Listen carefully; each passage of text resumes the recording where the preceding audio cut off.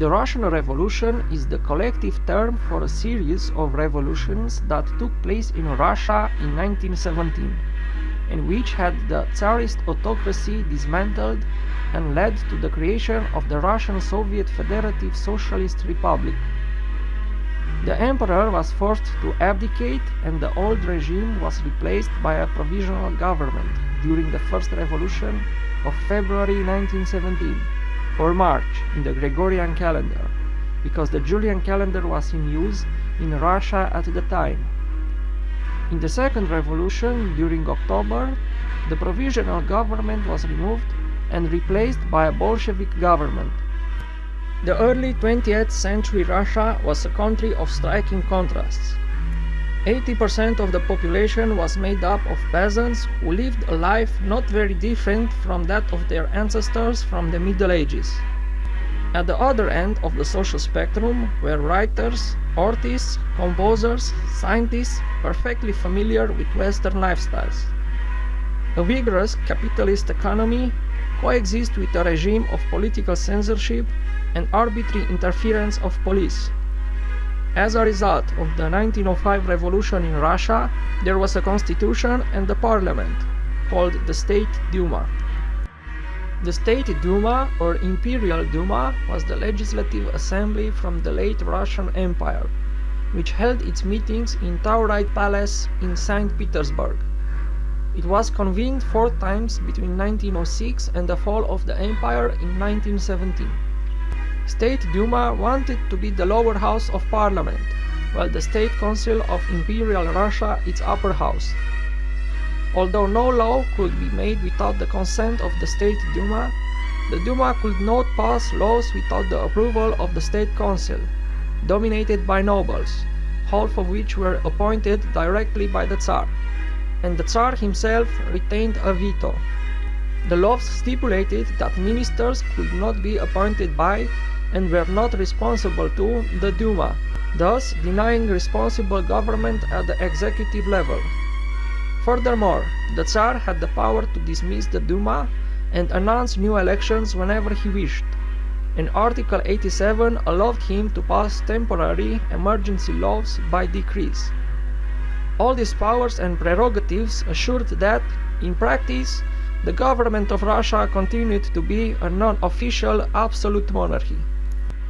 The main political parties of Russia in the early 20th century were the Constitutional Democratic Party, the Octobrist Party, the Socialist Revolutionary Party, and the Russian Social Democratic Labour Party.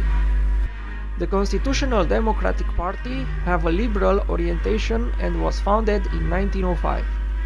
Among his honorary members was also the Prince Georgy Evghenievici Lvov, the first Prime Minister of post-imperial Russia, from the 23rd of March to the 21st of July 1917. Party members were called kadets, from the abbreviation KD of the party name in Russian.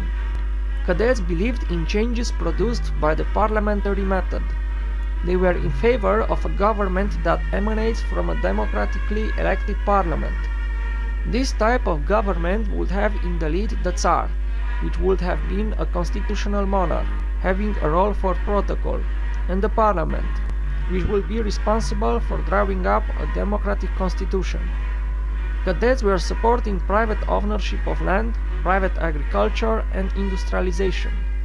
At first, cadets supported the war against the Central Powers, but in 1915 they changed their options.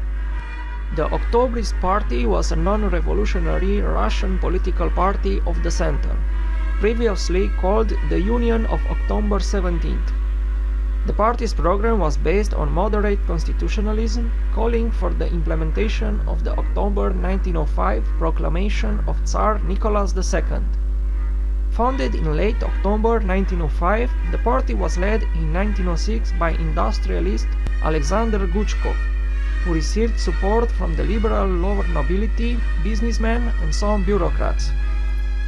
The Socialist Revolutionary Party had the Democratic Socialist program and have the support of the Russian peasantry. Their policy can be described broadly as being one leftist, although more moderate than the Bolsheviks. Their intention was to broaden the concept to include all the people in society who wanted to see the Tsarist system destroyed. The Russian Revolution of February 1917 brought them a more important political role. One member of the party, Alexander Feodorovich Kerensky, entering into the liberal government and ultimately reaching the head of the provisional government. In 1917, the party was divided into two factions: those supporting the provisional government and those who were supporting the Bolsheviks. In the elections for the Constituent Assembly after the October Revolution, they have achieved about 40% of the votes compared to only 25% of the Bolsheviks, who dissolved the assembly immediately afterwards. The Russian Social Democratic Labour Party was a Marxist revolutionary political party founded in 1898 in Minsk, with the aim to unite the various revolutionary organizations of socialist orientation in a single party. Their program was based on the theories of Karl Marx and Friedrich Engels, despite the fact that Russia was a predominantly agricultural country, while Marxism believes that only the workers in the industry had a true revolutionary potential. On November 17, 1903, the party was split into two factions: the Bolsheviks, led by Vladimir Ilyich Ulyanov, also known with pseudonym Lenin, and mensheviks, led by Julius Martov. Bolshevik word derives from the Russian word bolshinstvo, which means majority, while the Menshevik word comes from the word menshinstvo, meaning minority. In reality, the Mensheviks were more numerous than the Bolsheviks, but the names are due to vote for determining the composition of the editorial body of the party organ Iskra, the spark, when the Bolsheviks won with one vote more. Both factions believed that Russia is not developed enough to reach the point where socialism would have been possible. That is why both factions believed that the revolution which will overthrow the Tsarist regime would be a bourgeois democratic one. The Bolsheviks believed that the proletariat, in alliance with the peasantry, must lead the revolution, aimed as a dictatorship of the proletariat. On the other hand, the Mensheviks had the vision of a bourgeois democratic revolution from where they can have access to ministerial chairs in a democratic coalition government. Menshevism was finally declared illegal after the Kronstadt rebellion of 1921. Certainly, the revolution of 1917 would have occurred much later if Russia had not entered in August 1914 in the First World War. Russia was not ready for a long war. The 6.5 million soldiers had only 4.6 million rifles, and the Russian industry could produce at best only 27,000 rifles per month. After the first 4 months of war, ammunition depots were empty. The attitude of Russian society became hostile to the war after exhausting the wave of patriotic enthusiasm from the beginning. Liberal and socialist deputies wanted the military victory, but they would not step aside to exploit the situation created by the war to weaken the government. The opposition was aware that the difficulties of the war offered a unique opportunity to Parliament to consolidate its power to the detriment of the monarchy. Although Tsar Nicholas II wanted to take over command of the troops on the ground, this was done by Grand Duke Nikolai Nikolaevich. Russians are defeated by the Germans in August and September at Tannenberg and Mazurian lakes, losing over 200,000 soldiers and being taken out of East Prussia. Instead, they succeed against the Austrians, occupying most of Galicia. In 1915, the Germans are determined to take out Russia from the war and start a large offensive in April. To avoid encirclement, Nikolai Nikolaevich ordered the withdrawal from Poland and Galicia. During the Great Withdrawal, over 5,000 Russian soldiers died and more than 1 million were taken prisoners. Tsar Nicholas II convened the Duma in July, contrary to the advice of Tsarina. Duma deputies, liberals and conservatives, have rallied against the Tsar, asking him to give them the right to veto the appointment of ministers and the parliamentary government in Russia. Tsar suspended Duma's works and went to the front, where he took over direct command of the armed forces. Germany failed to take out Russia from the war and stopped the offensive in September. In 1916, Russia looked that was out from the shortage of weapons, but inflation was increasingly felt. Brusilov offensive in the summer of 1916 brought the Austrians on the brink of disaster, with over 600,000 dead, while Russians' losses amounted to more than 1.4 million deaths.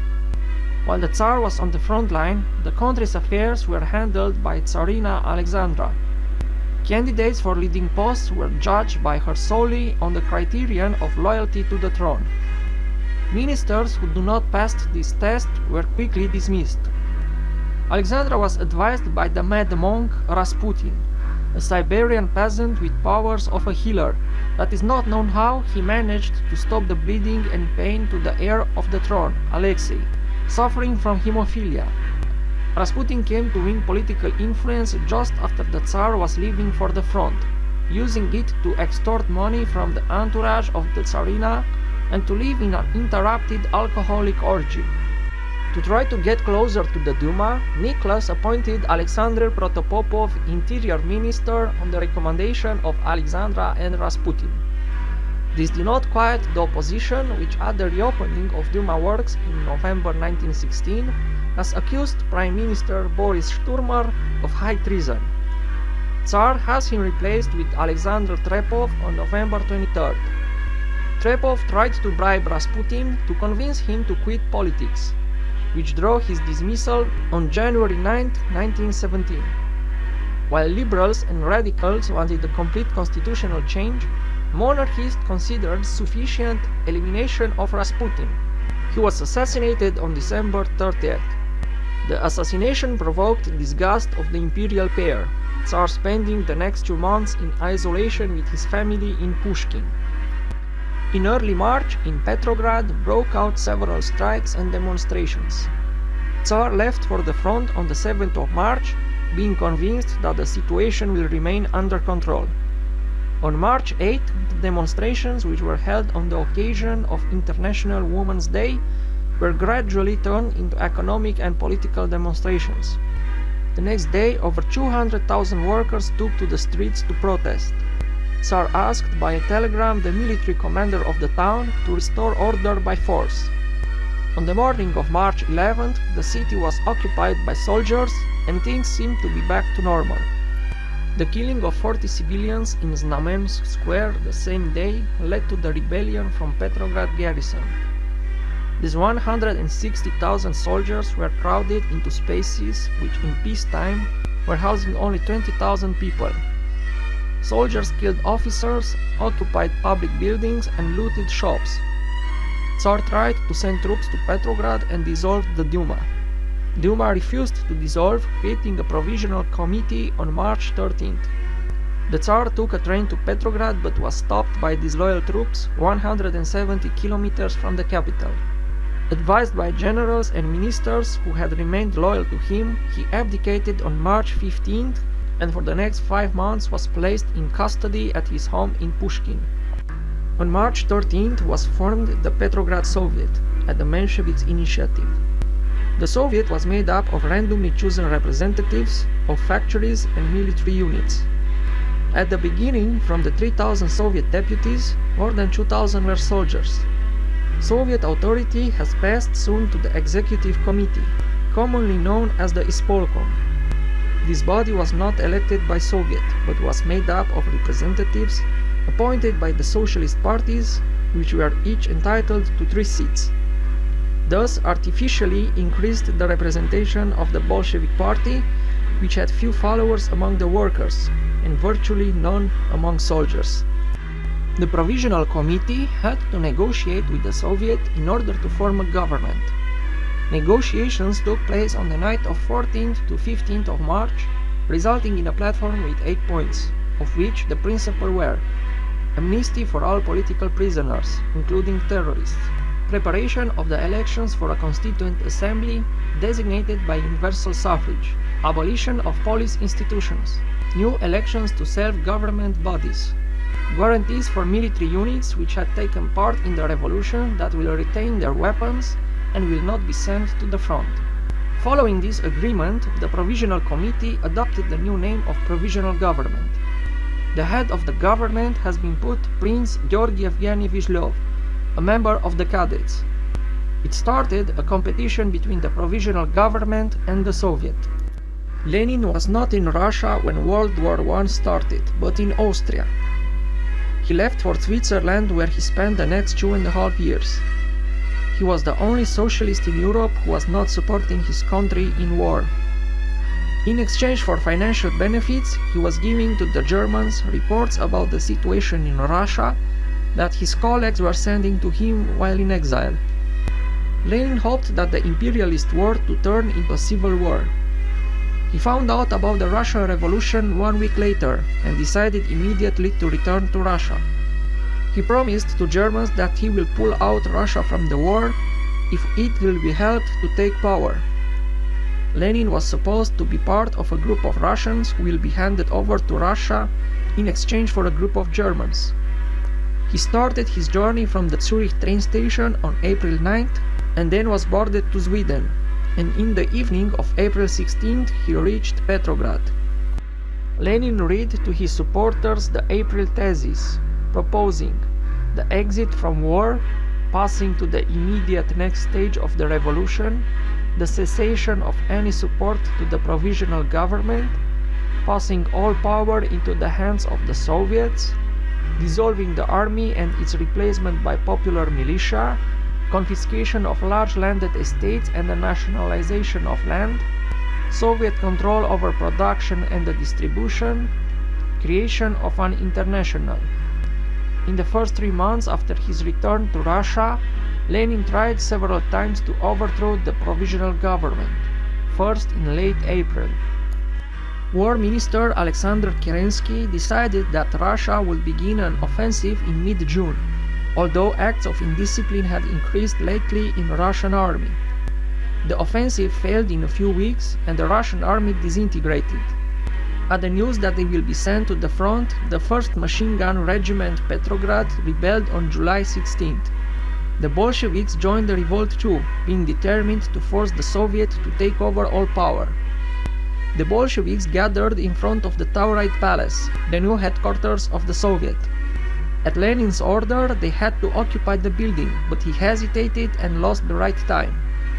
Details were given in the press about the connections between Bolsheviks and Germans, and soldiers evacuated the square outside the Tauride Palace. Several Bolsheviks, including Leon Trotsky, were arrested. Lenin fled in Finland in disguise. Following the failed coup attempt, Lvov resigned and Kerensky became prime minister at only 36 years old. The event which allowed the Bolsheviks to recover from the disaster of July was the Kornilov affair. Kerensky appointed Laur Kornilov after the July coup as commander-in-chief, hoping to stop the German offensive and restore discipline among Russian soldiers. While Kornilov's popularity was growing more and more, Kerensky feared that he will attempt to remove him. In September, Kerensky dismissed Kornilov, accusing him of treason. Kornilov asked Cossacks and Chechens, who were subordinated to him, to advance on Petrograd.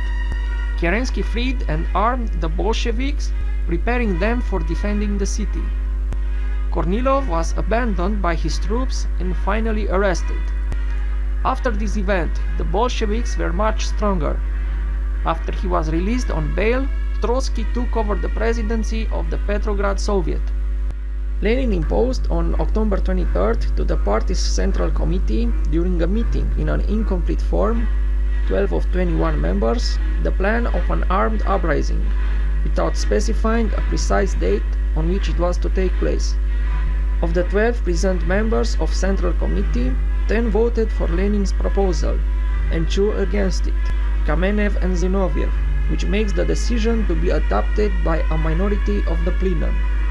The Bolsheviks had to take power before the Congress of Soviets, that was established on November 7th. After the occupation by the Germans of Estonian archipelago in the mid-October, the Petrograd was also directly threatened.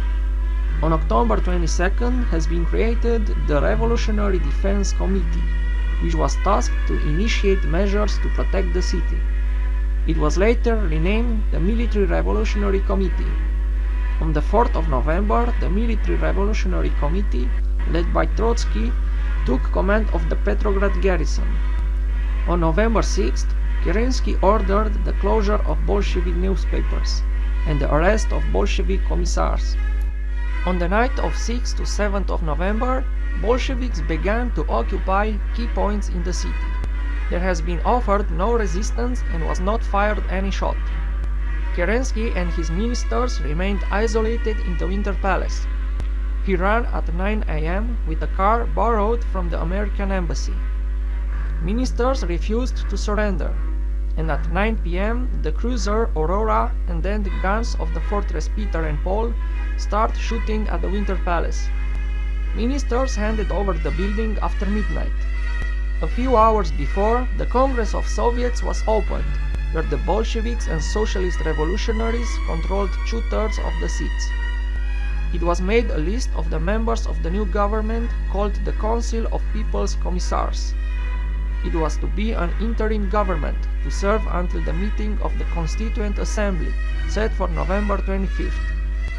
The Second Congress of Soviets consisted of 670 elected delegates. 300 were Bolshevik and nearly 100 were left socialist revolutionaries, who also supported the overthrow of the Alexander Kerensky government. When the fall of the Winter Palace was announced, the Congress adopted a decree transferring power to the Soviets of Workers, Soldiers, and Peasants' Deputies, thus ratifying the revolution. The following day, the 8th of November, the Congress elected a Council of People's Commissars, or Sovnarkom, with Lenin as leader as the basis of a new Soviet government, pending the convocation of a Constituent Assembly and passed the Decree on Peace and the Decree on Land. This new government was also officially called provisional until the assembly was dissolved. The Council of People's Commissars now began to arrest the leaders of opposition parties. Dozens of Constitutional Democratic Party leaders and members of the Constituent Assembly were imprisoned in the Peter and Paul fortress. These were to be followed by the arrests of Socialist Revolutionary Party and Menshevik leaders. The elections to the Russian Constituent Assembly were held on the 25th of November 1917, generally reckoned as the first truly free election in Russian history. The Bolsheviks believed that it would consolidate their power and prove that they had a clear popular mandate to govern. Instead, the election yielded a clear victory for the Socialist Revolutionary Party, who polled almost double the votes of the Bolsheviks. The assembly was dissolved the next day, leaving the All-Russian Congress of Soviets as the governing body of Russia. The main consequences of the 1917 Russian Revolution are the replacing of the tsarist regime with a provisional government and then with a Bolshevik one. Russia came out the next year from the war against the Central Powers and entered into a civil war between the Bolsheviks and the White Movement.